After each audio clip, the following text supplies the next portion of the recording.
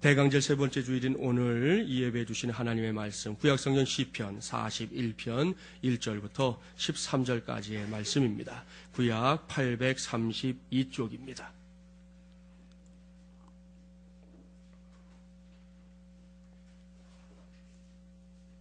시편 41편 1절부터 13절까지의 말씀, 832쪽입니다. 이 계시의 말씀을 봉독할 때에 살아계신 하나님의 음성 꼭 들으시기 바랍니다.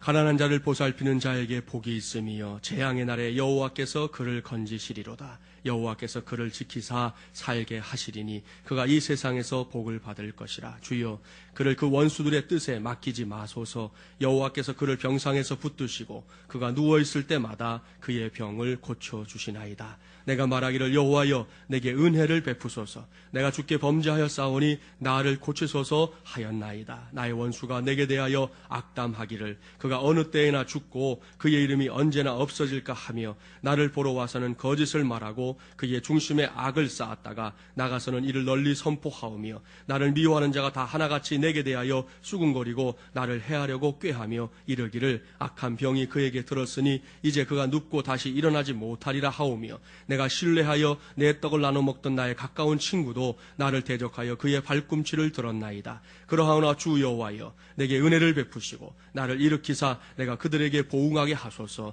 이로써 내 원수가 나를 이기지 못하오니 주께서 나를 기뻐하시는 줄을 내가 알았나이다. 주께서 나를 온전한 중에 붙드시고 영원히 주 앞에 세우시나이다. 이스라엘의 하나님 여호와를 영원부터 영원까지 송축할지로다. 아멘, 아멘.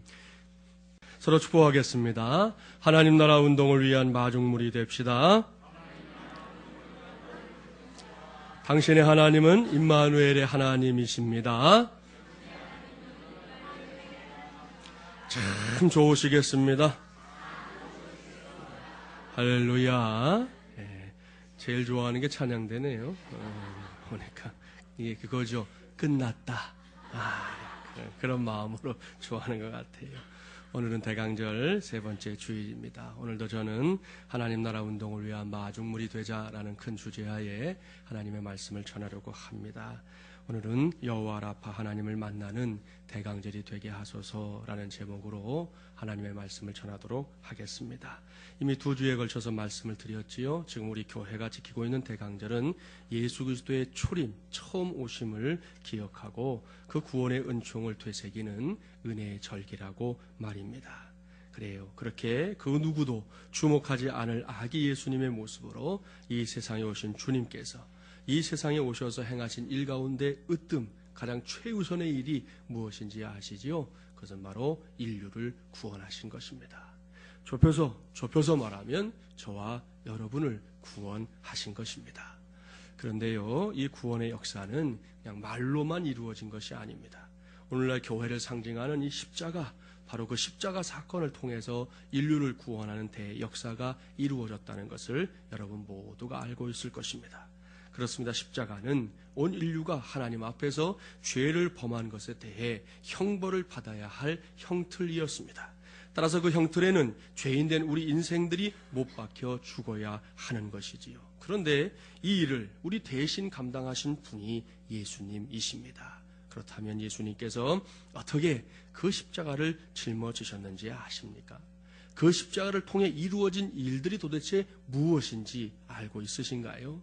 이 질문에 대해서 이사야 선지자가 아주 명확한 대답을 들려주고 있습니다. 한 곳 찾아보려고 합니다. 이사야서 53장 4절부터 6절까지의 말씀이에요. 구약 1033쪽입니다. 한번 찾아보시죠. 이사야 53장 4절부터 6절 1033쪽.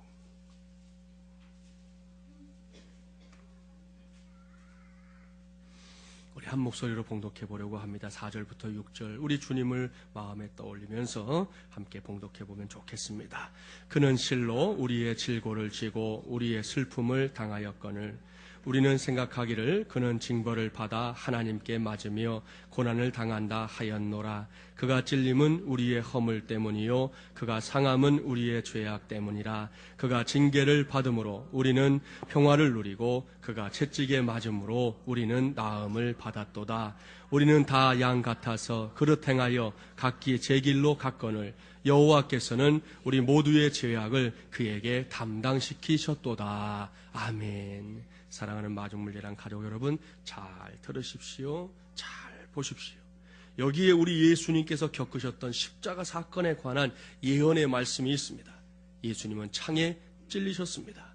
온몸이 채찍질로 인해 만신창이가 되셨습니다. 결국 십자가 위에서 물과 피를 다 쏟으시고 돌아가셨습니다. 그런데 예수님은 결코 예수님 자신의 죄 때문에 십자가에 달려 돌아가신 것이 아닙니다. 이사야 선지자는 이 점에 대해 아주 분명하게 말씀하고 있습니다. 우리의 질고 때문이랍니다. 우리의 슬픔, 그것을 대신 담당하기 위해서라고 말씀합니다. 우리의 허물 때문입니다. 우리의 죄악 때문입니다. 주님께서는 이 모든 것을 스스로 짊어지시고 우리를 대신하여 십자가에 달리신 것입니다. 마침내 그곳에서 우리의 죄의 문제를 해결하시기 위해 처절하게 죽으셨습니다. 얼마나 큰 사랑입니까? 얼마나 위대한 사랑입니까? 그 사랑을 통해 우리에게 주어지게 된 은혜들이 있습니다. 그것은 하나님과 더불어 평화를 누리게 된 것입니다. 그리고 우리의 영혼과 육체가 나음을 받게 된 것입니다. 여기서 저는 오늘의 말씀 제목을 정하게 되었습니다. 오 하나님 아버지, 여호와 라파 하나님을 만나는 대강절이 되게 하소서. 할렐루야. 사랑하는 여러분, 여호와 라파가 무엇입니까? 출애굽기 15장 26절 말씀에 그 해답이 있습니다. 이르시되 너희가 너희 하나님 나 여호와의 말을 들어 순종하고 내가 보기에 의를 행하며 내 계명에 귀를 기울이며 내 모든 규례를 지키면 내가 애굽 사람에게 내린 모든 질병 중 하나도 너희에게 내리지 아니하리니 나는 너희를 치료하는 여호와임이라. 아멘. 여기에 여호와 라파가 있습니다. 그것은 나는 너희를 치료하는 여호와임이라 라는 말씀입니다. 이것이 바로 여호와 라파입니다. 그렇습니다. 우리 하나님 여호와는 우리를 치료하시는 하나님이십니다. 우리의 육체를 치료해 주십니다. 우리의 마음을 치료해 주십니다. 우리의 영혼도 우리 하나님은 치료하시는 하나님이십니다. 그리고 이러한 하나님의 역사는 이 땅에 아기 예수님의 모습으로 오셔서 우리의 구세주가 되어주신 예수 그리스도의 사역을 통해 그대로 증명이 되었습니다. 마태복음 4장 23절 24절 말씀을 보면 예수님의 3대 사역이 언급되어 있어요. 그동안 우리가 1:1 양육 훈련을 하면서 또 목장 사역 훈련을 하면서 보았던 말씀인데요. 다시 한번 찾아보겠습니다. 마태복음 4장 23절 24절 신약 5쪽입니다. 마태복음 4장 23절 24절 두 절 말씀만 우리가 함께 봉독해 봅니다. 함께 봉독해 볼까요? 예수께서 온 갈릴리에 두루 다니사 그들의 회당에서 가르치시며 천국 복음을 전파하시며 백성 중에 모든 병과 모든 약한 것을 고치시니 그의 소문이 온 수리아에 퍼진지라. 사람들이 모든 앓는 자 곧 각종 병에 걸려서 고통당하는 자 귀신 들린 자 간질하는 자 중풍병자들을 데려오니 그들을 고치시더라. 아멘. 할렐루야. 보십시오. 여기에 예수님의 3대 사역이 나열되어 있습니다. 가르치시며 복음을 전파하시며 모든 병과 모든 약한 것을 고치시니라. 그러니까 teaching, preaching, healing 이 세 가지가 우리 예수님의 3대 사역이라는 말씀이에요. 이 중에서 오늘 저의 관심은 모든 병과 모든 약한 것을 고치신 것, 그러니까 힐링에 있습니다. 특별히 2000년 전에 이 세상에서 일어났던 예수 그리스도의 십자가 사건은 그날 이후를 살아가는 모든 인생들이 영육 간에 나음을 얻게 되는 확실한 근거가 되었다는 것을 기억하셔야 합니다. 그런 의미에서 저는 대강절 셋째 주일인 오늘을 우리 모두가 여호와 라파 하나님을 만나는 주일로 삼을 수 있게 되기를 소원합니다. 친히 우리를 구원하시고 친히 우리의 치료자가 되시기 위해 이 땅에 오신 예수 그리스도이십니다. 그 주님의 오심을 간절히 기다리고 있는 이 대강절 셋째 주일에 우리 모두가 여호와 라파 하나님을 반드시 만나고자 하는 간절한 열망을 내 속에, 우리 공동체 속에 품게 되기를 간절히 바랍니다. 이러한 소원을 품고 제가 여러분과 함께 살펴보려고 하는 하나님의 말씀은 시편 41편입니다. 앞서 본문을 봉독하실 때 아마 그 내용을 짐작하셨을 거예요. 이 말씀은 병상에서 드려진 기도입니다. 특별히 이 시의 배경을 살펴보면 당시 다윗의 심정이 얼마나 참담했었는지 알 수 있습니다. 육체의 질병도 왔지만 그 마음이 얼마나 아팠는지 알 수 있는데요. 성경학자들은 다윗이 이 시를 쓸 당시의 역사적 정황이 다른 것이 아니라 아들인 압살롬에 의해서 쫓겨나고 박해를 받던 시기였을 것이라고 추정합니다. 사무엘하 15장 이하를 보면 당시 압살롬은 다윗이 오랫동안 병상에 누워있는 기회를 이용해서 스스로 공정한 재판관임을 자처하면서 백성들의 지지를 이제 이끌어내기 시작합니다. 그러다가 다윗의 가장 친한 친구 중에 한 사람이었던 아히도벨과 함께 반역을 일으켰습니다. 결국 자신의 아버지인 다윗을 왕위에서 쫓아내고 말았습니다. 이런 상황이 전개되는 동안, 그리고 이런저런 소식을 전해 들으면서 다윗은 몸도 아팠지만 마음이 더 큰 고통을 받는 그런 아픔을 겪게 됩니다. 그런 상황 속에서 바로 이 말씀을 기록하게 되었다는 것이에요. 그런데 바로 여기서부터 이 다윗의 탁월함이 드러납니다. 적지 않은 사람들이 힘들고 어려운 상황에 놓이게 되면, 그저 사방팔방이 다 막힌 것 같다는 생각에 빠지게 되면 제일 먼저 선택하는 것이 스스로 목숨을 끊어버리는 것입니다. 자포자기하는 것입니다. 최근 몇 년 동안 우리 사회에서 이런 문제들 얼마나 많이 봐왔습니까? 정말이지 안타까운 일이에요.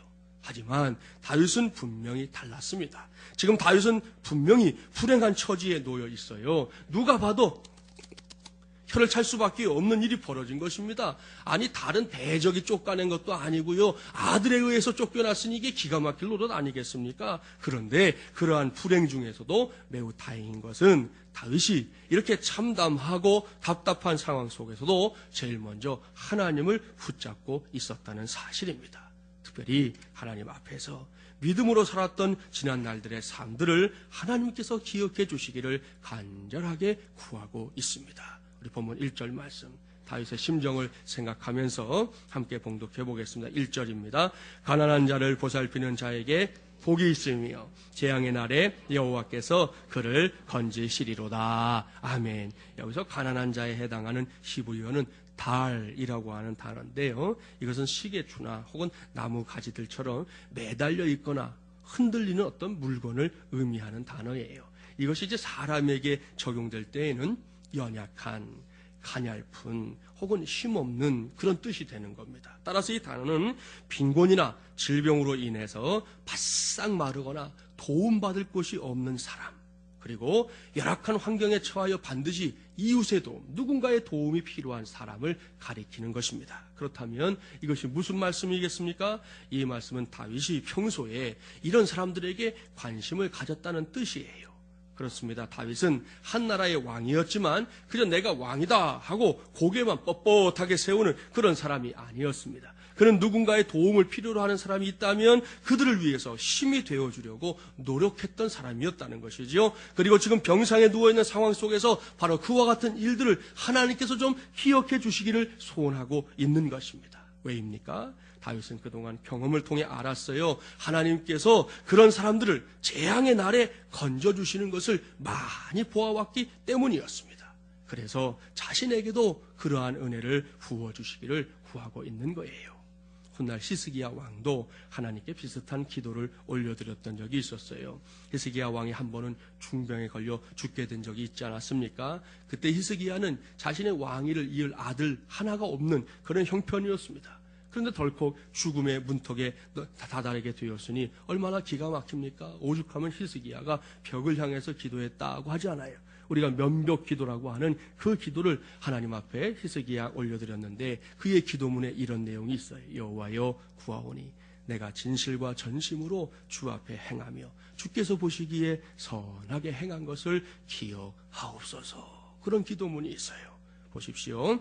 이러한 히스기야의 간구 속에는 하나님께서 꼭 내가 지금 이렇게 정말 죽음에 임박해 있지만 이 상황에서 꼭 기억해 주시기를 바라는 삶의 순간들이 있었다는 것이죠. 그때가 언제입니까? 그것은 히스기야 왕이 하나님이 보시기에 참으로 장하고 귀하게 살았던 삶의 순간들이었습니다. 물론 히스기야 왕도 사람이니까요, 항상 그렇게 살았던 것은 아닐 것입니다. 실패의 순간들 있었습니다. 못나게 굴었던 때 있었습니다. 죄와 허물로 얼룩진 순간들 있었습니다. 그러나 늘 그렇게 산 것만은 아니지요. 비록 자주는 아니었겠지만 때때로 하나님이 보실 때에 매우 기뻐하실 만한 인생의 순간들도 있었습니다. 바로 그런 때를 하나님 지금 기억해 주시고 지금 내게 닥쳐있는 이 죽음의 그림자가 떠나가게 하여 주옵소서, 그렇게 기도하고 있는 것이지요. 이러한 히스기야의 기도가 어찌 되었는지 아십니까? 여러분이 알고 계신 대로 그의 기도는 하나님의 응답을 받았습니다. 당시 그를 괴롭히고 있었던 질병으로부터 고침을 받은 것은 물론이고요, 수명을 15년이나 더 연장받게 되었습니다. 얼마나 놀랍고 감사한 일입니까? 동일한 간구를 지금 다윗이 하나님께 올려드리고 있는 것이에요. 가난한 자를 보살피는 자에게 복이 있으며 재앙의 날에 여호와께서 그를 건지시리로다. 여기서 제가 백광현 목사님이라고 하는 분의 간증을 하나 소개하려고 그래요. 이 백 목사님께서도 이제 우리 교회처럼 이렇게 개척을 하셔서 사역을 하신 분인데, 전도사 때부터 알고 지내던 임 집사님이라는 분이 어느 날 다급한 목소리로 전화를 걸어왔어요. 목사님 안녕하세요. 목사님 죄송하지만 50만 원만 빌려주세요. 얼마 안 되는 돈이었지만 그때는 정말 목사님이 한 푼이 새로웠던 터라 부득이 그 집사님의 청을 거절할 수밖에 없었답니다. 그렇게 지나갔으면 괜찮았을 텐데 그날 저녁에 목사님의 마음에 하나님께서 떠오르게 하신 말씀이 있었어요. 신명기 15장 7절과 8절. 내 하나님 여호와께서 내게 주신 땅 어느 성읍에서든지 가난한 형제가 너와 함께 거주하거든 그 가난한 형제에게 내 마음을 완악하게 하지 말며 내 손을 움켜쥐지 말고 반드시 내 손을 그에게 펴서 그에게 필요한 대로 쓸 것을 넉넉히 구워주라. 이런 이야기를 이렇게 듣다 보면요, 하나님이 참 희한하신 분이다, 그런 생각을 할 때가 있어요. 이 말씀이 얼마나 많아요. 하고 많은 말씀 중에 하필이면 그때 그런 말씀을 생각나게 하시니 조금은 짓궂으시다 하는 그런 생각도 하게 될 때가 있는데, 여러분도 아마 그런 경험도 있을 거예요. 아무튼 이 말씀 때문에 목사님은 괴로운 마음으로 그날 밤을 좀 설치게 됐어요. 다음날 아침에 일찍 일어나는 목사님은 고심 끝에 카드로 돈을 뽑은 다음에 그 집사님께 연락을 드리고는 돈을 보내주었습니다. 그런데 그 후에 임 집사님과는 연락이 아예 끊어져 버리고 말았다는 거예요. 내심 서운하기도 했고 허탈하기도 했지만 말씀대로 그래도 목사가 순종했으니 됐지 뭐, 그렇게 생각하고 나중에는 그 집사님을 위해서 기도하게 되었답니다. 그렇게 수년이 흘렀어요. 어느 날 갑자기 전화가 왔습니다. 목사님, 저 임 집사예요. 그때 정말 감사했어요. 실은 제가 너무 힘들어 파산을 하게 되었는데 어느 누구도 도와줄 생각을 안 하더라고요. 오죽했으면 제가 목사님께 전화를 다 했겠습니까? 지금은 제가 다시 재기에 성공을 해서 목사님께 좀 면목이 있게 되었습니다. 목사님, 제가 내일 목사님께 1억 원을 보내드리겠습니다. 너무 갑작스러운 일이라 믿기지 않았지만 다음날 정말로 그 돈이 통장에 딱 찍혀 있는 거예요. 백 목사님도 놀라고 그 헌금으로 얼마 정도 남아있었던 교회 대출금 갚고 또 교회도 리모델링을 할 수 있었다고 합니다. 여기서 백 목사님이 고백합니다. 아하, 정말 하나님의 말씀대로 이루어지더라. 그때 목사님께 다시 떠오른 말씀은 신명기 15장 10절 말씀이었대요. 너는 반드시 그에게 줄 것이요 줄 때에는 아끼는 마음을 품지 말 것이니라. 이로 말미암아 내 하나님 여호와께서 내가 하는 모든 일과 내 손이 닿는 모든 일에 내게 복을 주시리라. 아멘. 사랑하는 마중물리란 가족 여러분, 제가 근데 이런 이야기를 할 때마다 항상 이 설교익을 들까 말까 고민하게 되는 이유가 하나 있어요. 가끔 말씀을 드리지만 이런 간증들을 들으면서 여러분 오해하시면 안 돼요. 저는 지금 여러분에게 50만 원 투자하니까 1억이 됐다, 뭐 이런 이야기를 지금 해드리려고 하는 게 아니라고요. 그걸 여러분 그런 투자 정보를 가르쳐 드리는 게 아니에요. 그런 일에 관심이 많은 분들은 이런 것들을 볼 때도 다 그렇게 본단 말이에요. 자기 관심사대로. 실제로 한 교회에서 있었던 일인데 아주 유명한 이야기입니다.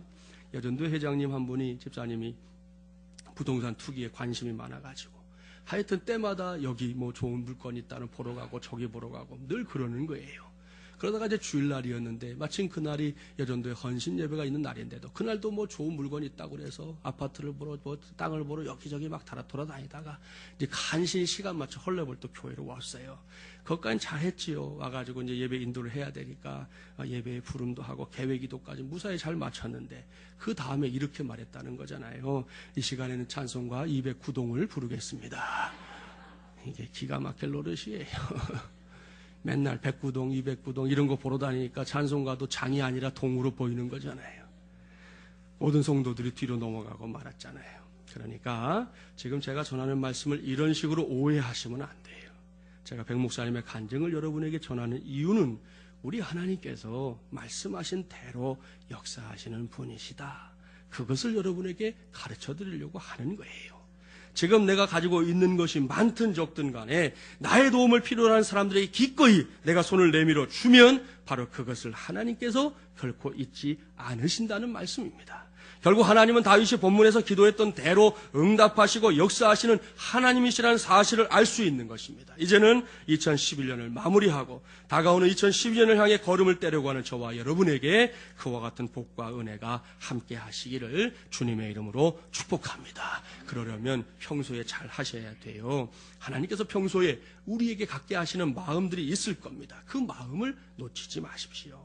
나 아닌 다른 사람에게 관심을 갖게 하시는 그 마음은 너무나 귀한 것이에요. 누군가를 돕고 누군가에게 힘을 실어주고 누군가를 위해 기도해주는 일들에 있어서 우리 마중물 예람교회는 결코 인색함이 없으시기를 바랍니다. 그리고 우리 교회가 준비하고 있는 성탄절 사역 아시잖아요. 이 사역에 저도 여러분도 모두 힘써 동참하게 되기를 바랍니다. 이번 일에 우리 어느 집사님 가정이 필요한 그 쌀 준비하는 일을 위해 써주십시오 하고 목적해서 헌금도 해주셨고요. 저도 다음 주에는 지난 한 해 동안 조금씩 모아왔던 돼지 한 마리 있어요. 제가 이래봬도 돼지를 갖고 있는 목사예요. 황금돼지인데 이 돼지 제가 오늘 아침에 들어보니까 꽤 묵직해요. 제가 많이 모았어요. 나름대로 모았는데 그거 다음 주에 사정없이 미안하지만 잡아서 배를 갈라가지고 그래가지고 이제 이 일을 위해서 드리려고 하는데요. 방법은 여러 가지예요. 여러분이 함께 동참해 주셔도 되고 그날 차를 좀 여러분 빌려주시면 차를 타고 함께 요 지역을 좀 멀리 안 가고 다 요 지역만 합니다. 우리가 우이동하고 인수동 그리고 수유이동 여기만 우리가 맡을 거니까 거기에 있는 아이들 가정에 찾아가서 우리가 마음을 전하는 일을 할 거예요. 주의사항 한 가지 뭐냐 하면 가서 우리는 마중물 예람교회에서 나왔습니다 라는 말 하면 안 됩니다. 우리는 그 말 하지 않습니다. 그냥 오늘 예수님이 탄생하신 것을 기뻐하는 성탄절이기 때문에 그 사랑, 그 기쁨 나누려고 왔습니다 하고 사람포대 전하고 뭐 기도라도 한번 해줄 수 있으시면 대표 한 분이 좀 기도해 주시고 그냥 오는 거예요. 어디서 오셨어요? 몰라요. 하늘에서 왔어요. 이러면 되는 거예요. 아시겠죠?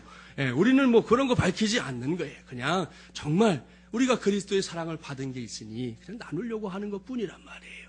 그렇게 우리가 섬기는 날들이 되시기를 바랍니다. 모르긴 몰라도요. 그 모든 것들이 결국은 저와 여러분 우리 교회가 앞으로 누리게 될 축복의 통로가 될 줄 믿습니다. 오늘 본문 2절도 그것을 증거한단 말이에요. 2절 말씀 함께 봉독해 볼까요?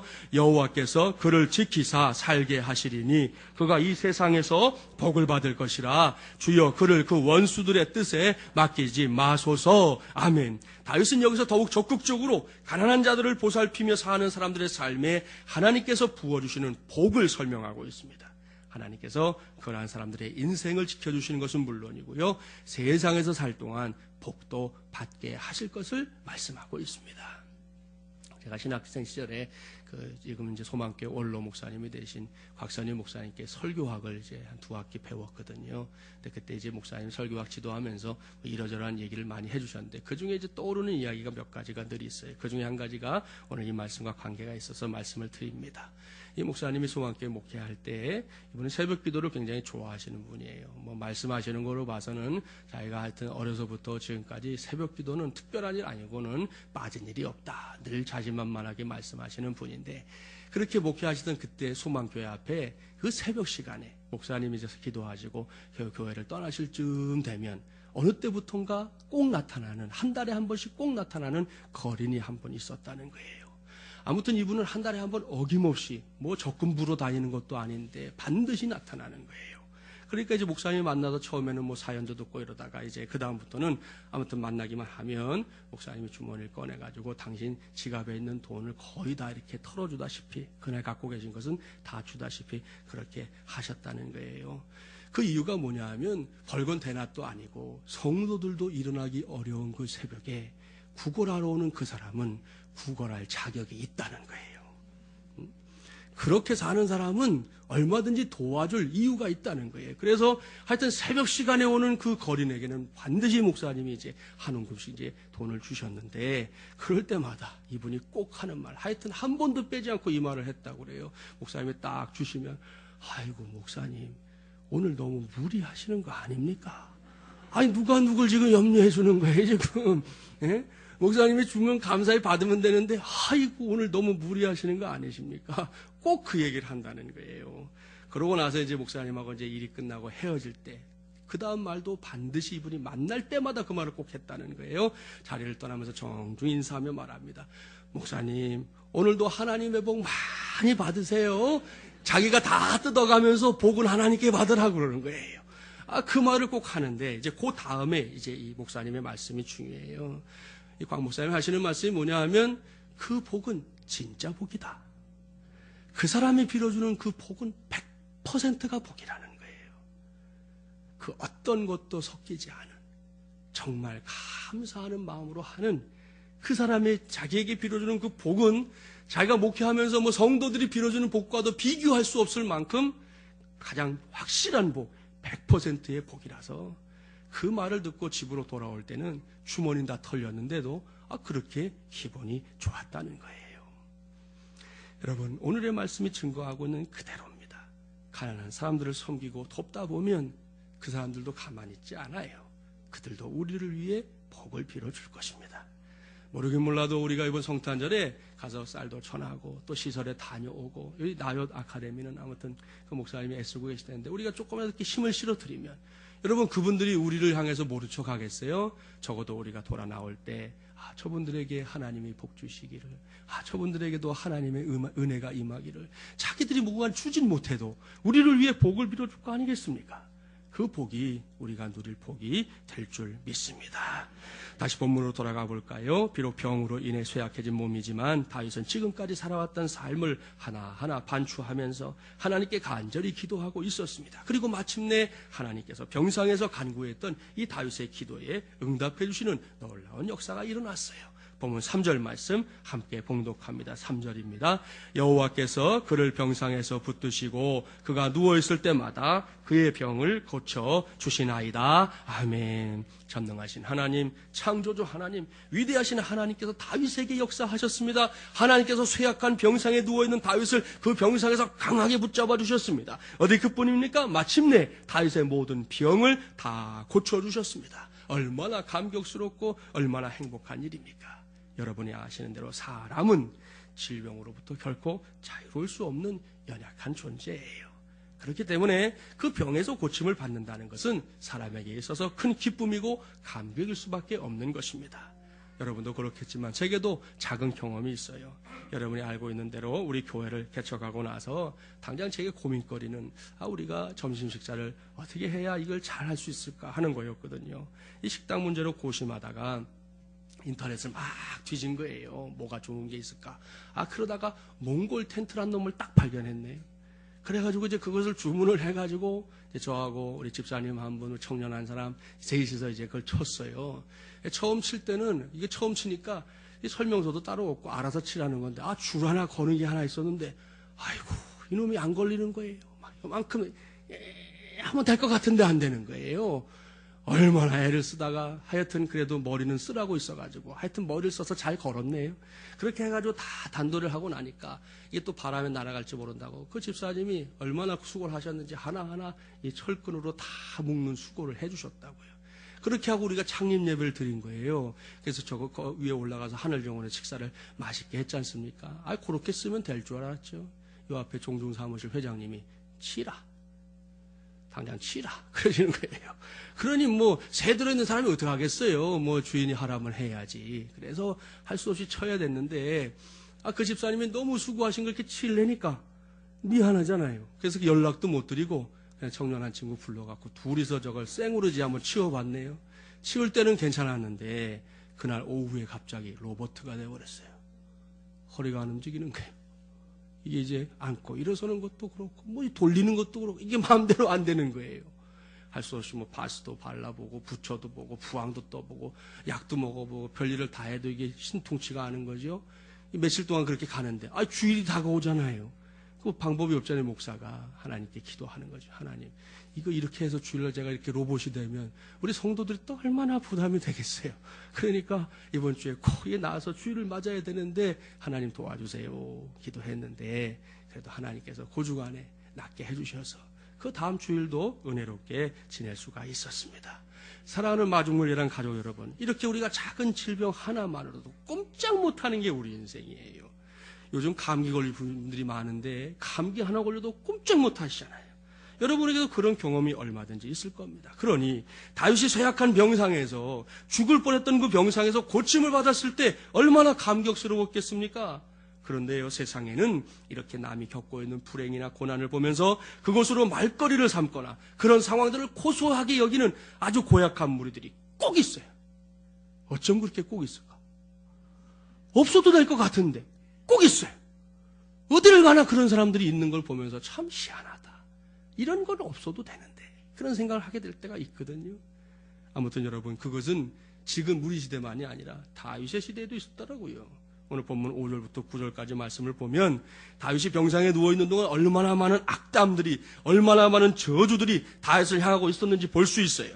5절부터 9절 함께 봉독합니다. 나의 원수가 내게 대하여 악담하기를 그가 어느 때에나 죽고 그의 이름이 언제나 없어질까 하며 나를 보러 와서는 거짓을 말하고 그의 중심에 악을 쌓았다가 나가서는 이를 널리 선포하오며 나를 미워하는 자가 다 하나같이 내게 대하여 수군거리고 나를 해하려고 꾀하며 이르기를 악한 병이 그에게 들었으니 이제 그가 눕고 다시 일어나지 못하리라 하오며 내가 신뢰하여 내 떡을 나눠 먹던 나의 가까운 친구도 나를 대적하여 그의 발꿈치를 들었나이다. 참으로 기가 막힐 노릇입니다. 다윗의 대적들이 다윗이 언제나 죽을지를 점치고 있습니다. 그들은 다윗이 걸린 병이 악한 병이라고, 불치병이라고 악담을 늘어놓습니다. 지금 누워있는 그 자리에서 절대로 일어나지 못할 거라고 저주까지 하고 있습니다.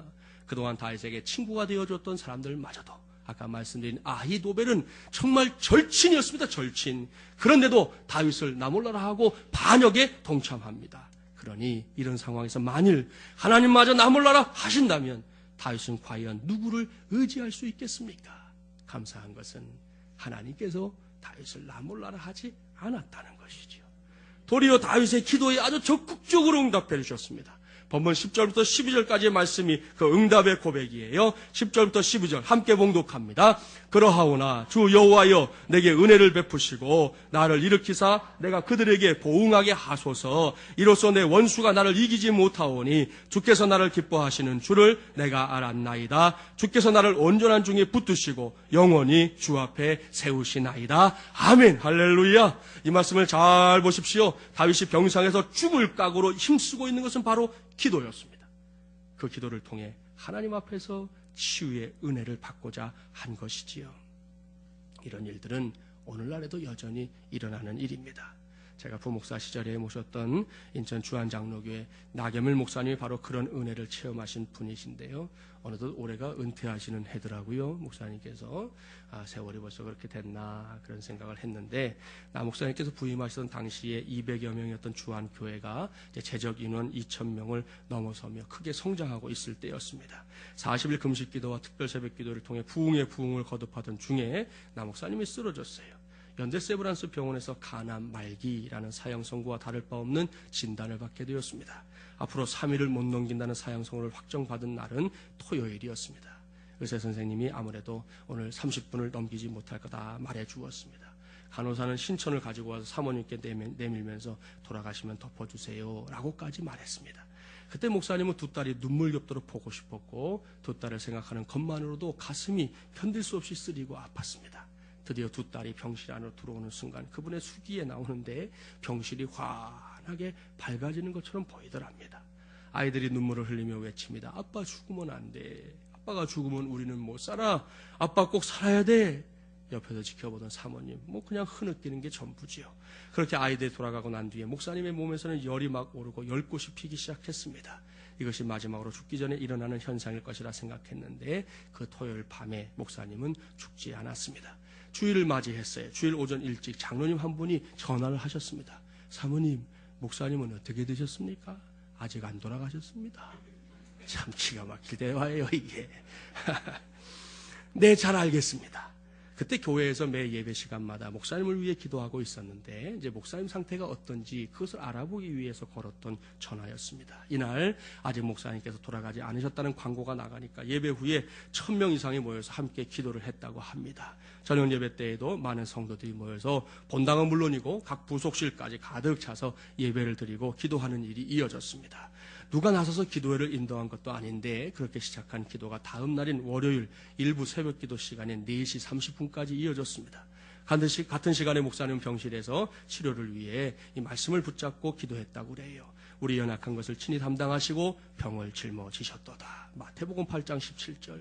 믿음의 기도는 병든 자를 구원하리니 주께서 저를 일으키시리라. 야고보서 5장 15절. 이렇게 말씀을 붙잡고 믿음을 통한 치유를 인정하면서도 목사님의 마음에 의심이 밀려오는 것은 뿌리칠 수가 없었답니다.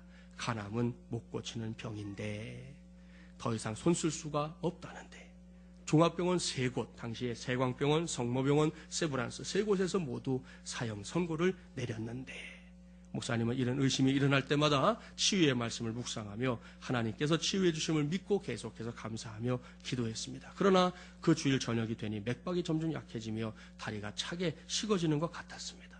숨쉬기도 몹시 어려워졌습니다. 죽음이 가까이 다가오고 있다는 것을 알 수 있을 정도였답니다. 그럴수록 목사님은 모든 환경과 여건을 초월하여 역사하시는 하나님을 바라보며 말씀으로 내 안에서 일어나는 불신앙을 물리치려고 애를 썼습니다. 나는 안 죽는다. 완전히 치유된다라는 사실을 입술로 시인하며 감사하며 기도했던 것입니다. 드디어 월요일 새벽이 밝아왔습니다. 몸이 지쳐 있었지만 힘을 다해 기도하고 있는데 갑자기 뱃속이 부글부글 끓는 것 같았습니다. 화장실에 가고 싶은 마음에 힘겹게 기어가듯 화장실에 들어가 앉았는데 한참 후에 이 변기 가득히 푸드득 하고는 이 핏덩이를 쏟게 되었습니다. 바로 그 순간이었어요. 온몸의 통증이 사라지고 시원함이 찾아오더랍니다. 목사님은 하나님께서 고쳐주셨구나 라는 확신과 더불어 기쁨이 충만해지는 것을 느꼈답니다. 뛸 듯이 기뻤습니다. 그 다음에 2시간 동안 깊은 수면을 취한 후에 다시 변기 가득 핏덩이를 쏟았습니다. 이 핏덩이는 그 후에도 계속해서 하루 3번씩 나흘 동안 전부 12번이나 쏟아져 나왔습니다. 그러자 만삭처럼 되었던 목사님의 배가 정상으로 돌아왔고요. 식사도 할 수 있더라는 거예요.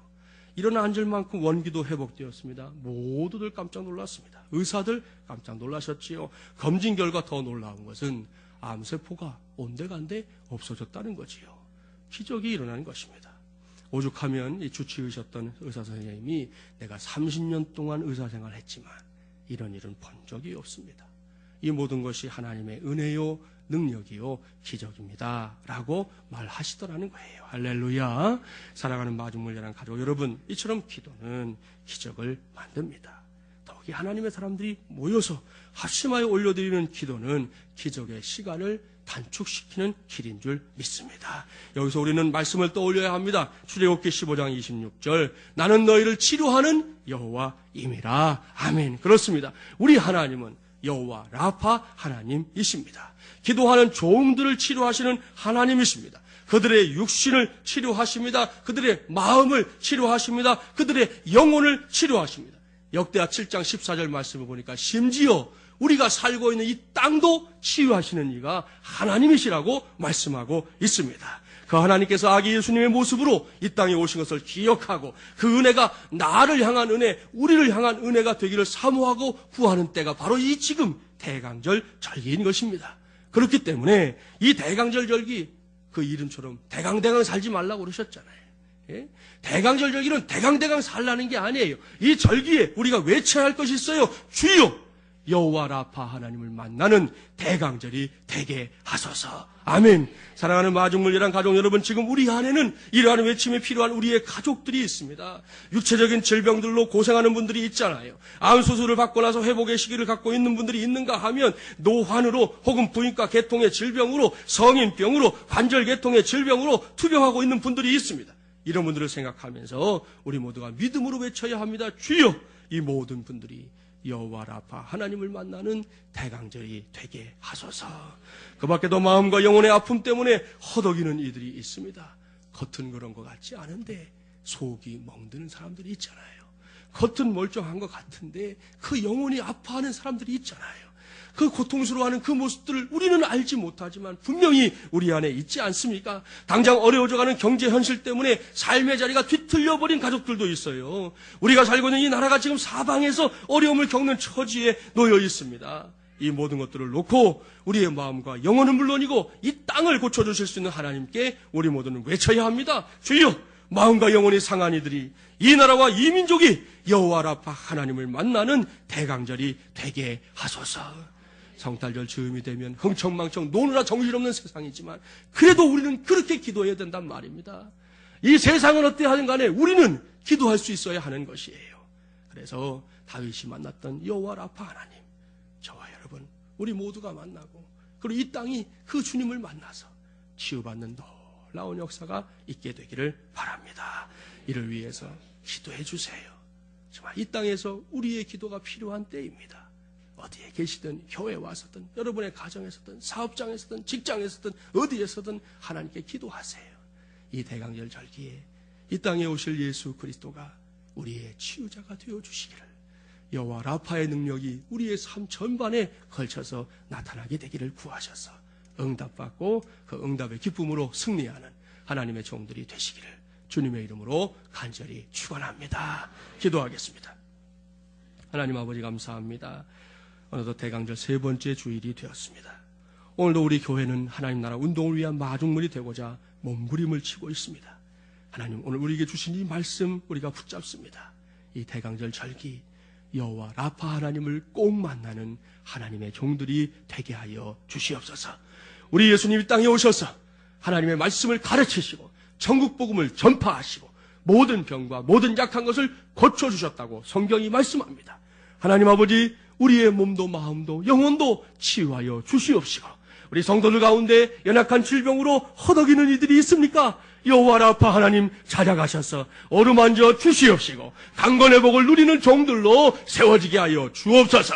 그 마음이 그 영혼이 고통당하는 이들이 있습니까? 그 신음소리 하나님은 들으시지요? 하나님 아버지, 반드시 여호와 라파의 능력으로 치유하여 주시옵소서. 이 땅도 열방도 어렵습니다. 지구촌 전체가 몸살을 앓고 있습니다. 어찌 살아야 할지 고민하는 시대가 되었습니다. 오 하나님 아버지, 하나님의 종들이 기도하오니 이 땅을 열방을 고쳐 주시옵소서. 그와 같은 은혜를 누리는 이 대강절 절기 될 수 있도록 주님께서 우리에게 복의 복을 부어 주시옵소서. 예수님의 이름으로 기도하옵나이다. 아멘.